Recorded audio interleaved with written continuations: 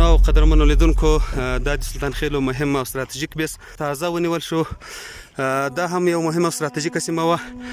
تقریبا بیخي زیات شمېر عسکر او همداراز پولیسها ومیله ثقیله او خفیفه اسلحې او ګڼ شمېر مهمات هم پکې ونیول شول. موږ به شیبه باندې انشاءالله صحنې ثبتوو. له موږ سره اوسئ او دا ویډیو تر پایه سره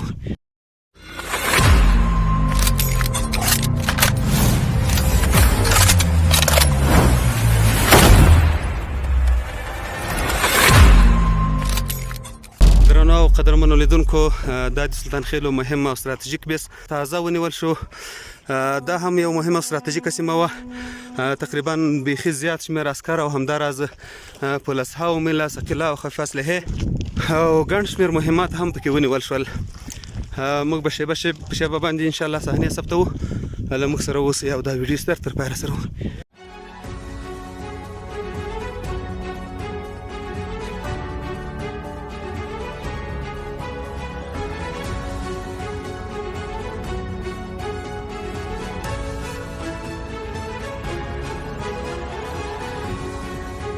څومره عسکر ونیول شول تقریبا د عدد معلومي؟ 2 کسان دي.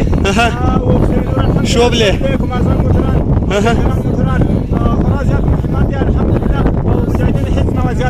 د دې بیس سره څو پوستې وي نورې؟ د دې بیس سره 2 دفاعي پوستې وي. تقریبا ترانګاوې وې. لله الحمد هغه مو مکمل ډول په بشپړ ډول غلیظ په ګونډو دی غلام لیلام قوتي راغلی ستا تر پښو دی فساد پور کېدو دی غلیظ په ګونډو دی غلام لیلام قوتي راغلی ستا تر پښو دی نن بیا تر خپل درشم مخته به ځو. دا چې دا څومره مهمه ستراتیژیکه سیمه ده په همدې اړه باندې به دلته له مجاهدینو سره هم مرکه ولرو. ولې دا بیس یو ډېر مهم بیس و. تقریبا د مساحت په لحاظ باندې 2 زره متره مربع مساحت دا لري او دا یو ستراتیژیکه سیمه ځکه وه چې د کابل او کندهار په عمومي لاره باندې قرار درلود.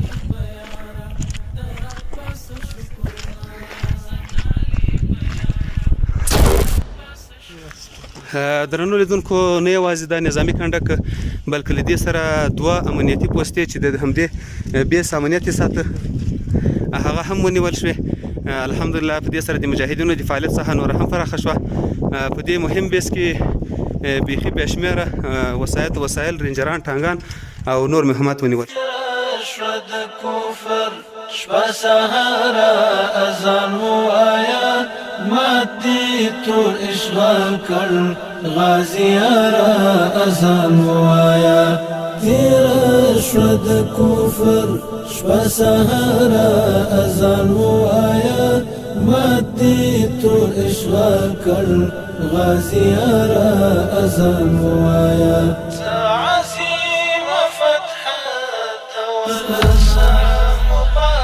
ماشاءالله ماشاءالله دا هم ګڼ شمېر امبولانسونه دي او ضربتي ټانګان دي رینجرې دي مهمات دي.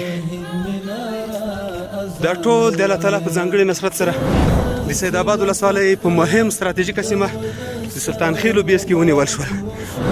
د الیماره جهادیسټو درنو لیدونکو او اوریدونکو سلامونه نیکې هیلې.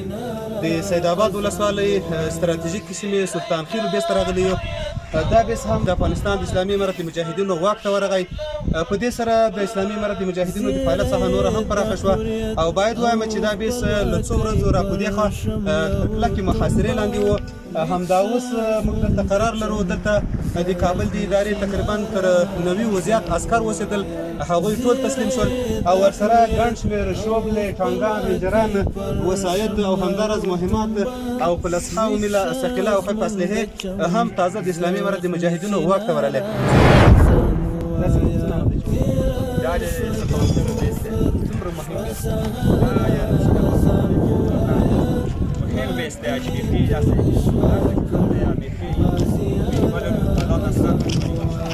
د دغه بیس په اړه معلومات راکړه. سلطان خېلو سر قرارګاه ده. بله و د امریکایانو د اول وخت نه دلې وه. تقریبا بسته یو کنډک 2 کنډکې پراته دي. درنو او قدرمنو لیدونکو دا هم د سلطان خېلو د بیس یوه مهمه امنیتي پسته وه. دا هم له هغه بیس سره یو ځای د اسلامي امارت مجاهدینو واک ته ورغلله. په دې پسته کې هم شوبله او مهمات شته او ګڼ شمېر کارمولیان او ټوپکان هم نیول شوي دي.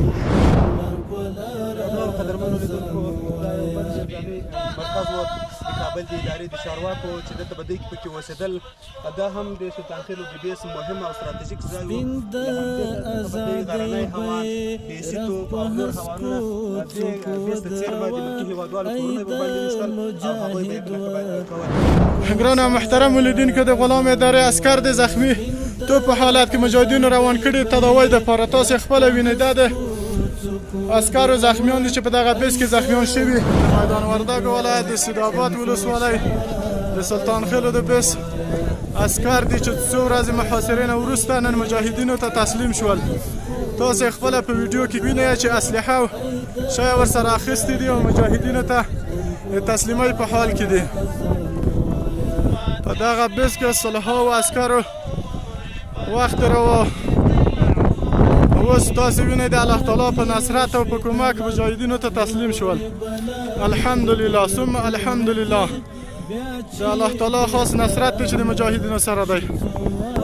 دا ستړي مه شئ، ستړي مه شئ، په خیر راغلی، په خیر راغلی، ستړي مه شئ، په خیر راغلی. کابل د غلام ادارې عسکر دی چې خطا وتلي اوس الحمدلله مجاهدینو سره یو ځای او تسلیم شول. ستړي مه شئ، ستړي مه شئ. د الامارت جهادیستو درنو لیدونکو، دا نظامي وسایط او اسلحې او مهمات چې تاسو یې د سکرین پر مخ باندې مشاهده کوئ د سلطان خېلو په مهم ستراتیژیک بیس کې د افغانستان د اسلامي امارت د مجاهدینو واک ته ورغلی. د اسلحو تعداد ثقیله او خفیفه تقریبا تر 250 زیاته ده.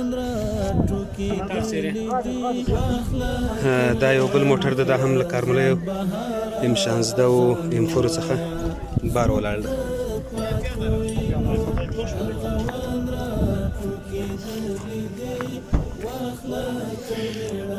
درنو لیدونکو، دا هم د هغو مهماتو یو وړکۍ بیلګه ده په د سلطان خېلو په مهم بیس کې ونیول شول.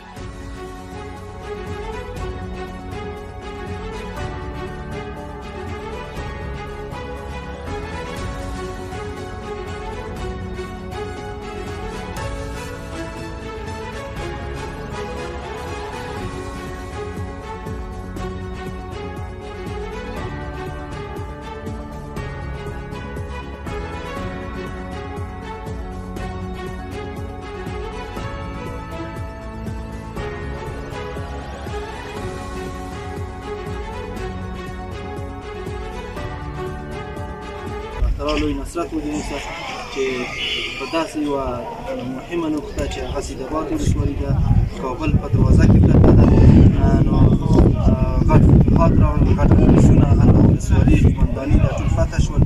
نو دا د الله تعالی ډېر غټ رحم او نصرت یې مسوي چې د دغو ظالمانو او د دغو وحشیانو نه زموږ ولسوالي تصفیه او خلاصه شوه. دلته په دې ولسوالۍ کې الحمدلله د مجاهدینو تر څنګ ملت ډېر خوشبینه او خوښ ښکاري. د ملت سره وینو نو ډېر خوشحاله دي. دغو لنډو ورځو کې تقریبا 300-400 شاوخوا کې عسکر موږ ته تسلیم شول. موږ چې کومې ساحې نیولې دي هغلته د دوکاندارانو سم مجلسونه کړي دي، پوښتنې مې ترې کړي چې تاسو اوس څنګه یې. نو خو دومره اطمینان راکړی چې الحمدلله موږ اوس ایله راحت شولو. اوس ملت وپوه شو چې ژوند څه شي ته وایي. نو موږ دا اطمینان ورکوو چې کاروباریانو ته، تجارانو ته چې تاسو په هر څه انشاءالله په امن وي او چې څومره اندازه د موږ وس رسي، یعنې ځانونه به شپه ورځ ستړي کوو، مجاهدین به ستړي کوو، خو تاسو ته به انشاءالله امن راولو. او مجاهدینو ته هم دا پیغام دی چې هغه کوم دروند بار چې و تر هغه وخت نه چې مخکې د ساحې د موږ په لاس کې نه وي، اوس لا زیات شولو. نو د هر مجاهد په غاړه باندې غټ بار کېښودل شو. نو د ملت سره پوره همکاري وکړي، د خلکو سره پوره د ملت ډېر ځورېدلی ملت دی، د ملت ډېر وکړېدلو، ډېر وځورېدلو. نو د هغې پټۍ اوس موږ او تاسو باید ورکېږدو او ملام پې باندې ووایو. نو دا هم پیغام مجاهدینو ته دی چې څومره یې وس رسي په آخر اندازه باندې ښه رویه ورسره وکړي، ښه چلند ورسره وکړي. نو ملت هم ځورېدلی دی، تکلیفونه پرې تېر شوي دي، که کومه تېره زیاته دې کېږي باید مجاهد د هغې ورتېر شي. نو دا مجاهدینو ته پیغام دی. انشاءالله مجاهدین دا خبرې په څو ځله اورېدلې هم دي او جوړ هم دي. انشاءالله داسې مشکل به وي هم. د سیدآباد ولسوالۍ د صحت د مسؤل سره د الهام صاحب سره خبره وکړو. الهام صاحب، نو دغه زخمیان چې تاسو پټۍ پیلګولې دي دا تاسو څه رقم تداوي وکړه؟ د میدان وردګ ولایت سیدآباد ولسوالۍ مربوط د سلطان خېلو بیس او پرتو پوستو کې دا عسکر زخمیان شوي دي. دوی په بیس کې زخمیان وو، په پوستو کې هم او زخمیان شوي وو. ګډه وه ټول 14 کسه هغه دي زخمیان دي چې په دوی کې مختلف زخمیان دي، څوک ډېر خوږ دي، څوک لږ خوږ دي، چې د هغې لپاره موږ هغه کمک اولیه هغه د سیدآباد ولسوالۍ مربوط ملک محمد خان د ایچ شفاخانه کې وکړو، چې هغه کمک اولیه دوی ته شوی دی. د چا اعضا ماته ده، د چا عادي پټۍ غواړي، هغه ټول ورته شوي دي. وروسته د دونه چې 2 زخمیان موږ په دوی کې هغه لرو، یو د تروما هغه مریض، دغه مریض دی چې دلته پروت دی. نو دوی ته اوس موږ وروسته د کمک اولیه نه دا موږ امبولانس ما تیار کړی، امبولانس ورته آماده دی. د موږ د سیدآباد ولسوالۍ مربوط د شیخ آباد د امرجنسۍ د لارې دوی لیږو امرجنسۍ ته، ځکه چې دا ته موږ تروما مریض ورته وایو چې په سر باندې یې ضربه خوړلې ده. نو د دوی تداوي په دې ځای کې نه کېږي، د نورو مکمله تداوي شوې. یو بل کس چې لاس او پښه یې هغه دې مات شوي دي، دغه مریض ده ښه چې لاس او پښه یې مات شوي دي. نو دا هم د امرجنسۍ د لارې هغه ته انتقالوو د کابل مرکزي امرجنسۍ ته. هغلته به وروسته تداوي چې د ده اعضا مات شوي دي، یوه یې پښه ماته ده او یو یې لاس مات شوی دی. هغه کمک اولیه ټول ورته شوی دی، هغه پښه یې ماته شوې سپلنټ شوې ده او لاس مات شوی سپلنټ شوی دی. د هغه نه وروسته د لا زیاتې همکارۍ لپاره چې دا عملیات غواړي، اورتوپیدیک جراح غواړي. ښه ماشاءالله. الهام صاحب که په لنډو ټکو کې راته ووایي چې دغه بندیان چې درملنه یې شوې ده، پټۍ پیلګول شوي دي، دوی لپاره وروسته د پټیو نه تاسو څه پلان او څه طریقه کاروئ؟ د دونه وروسته چې د دوی هغه وشوې، پټۍ وشولې او کمک اولیه ورته وشو، تقریبا د بعضو کسانو د ټولو د 2 کسانو په هغو کې سخت دي، د نورو ټولو درملنه شوې ده. نو موږ د امارت اسلامي د مشرتابه د حکم او د فرمان مطابق د خپلو مشرانو دوی خپلو کورونو ته رخصت کولی.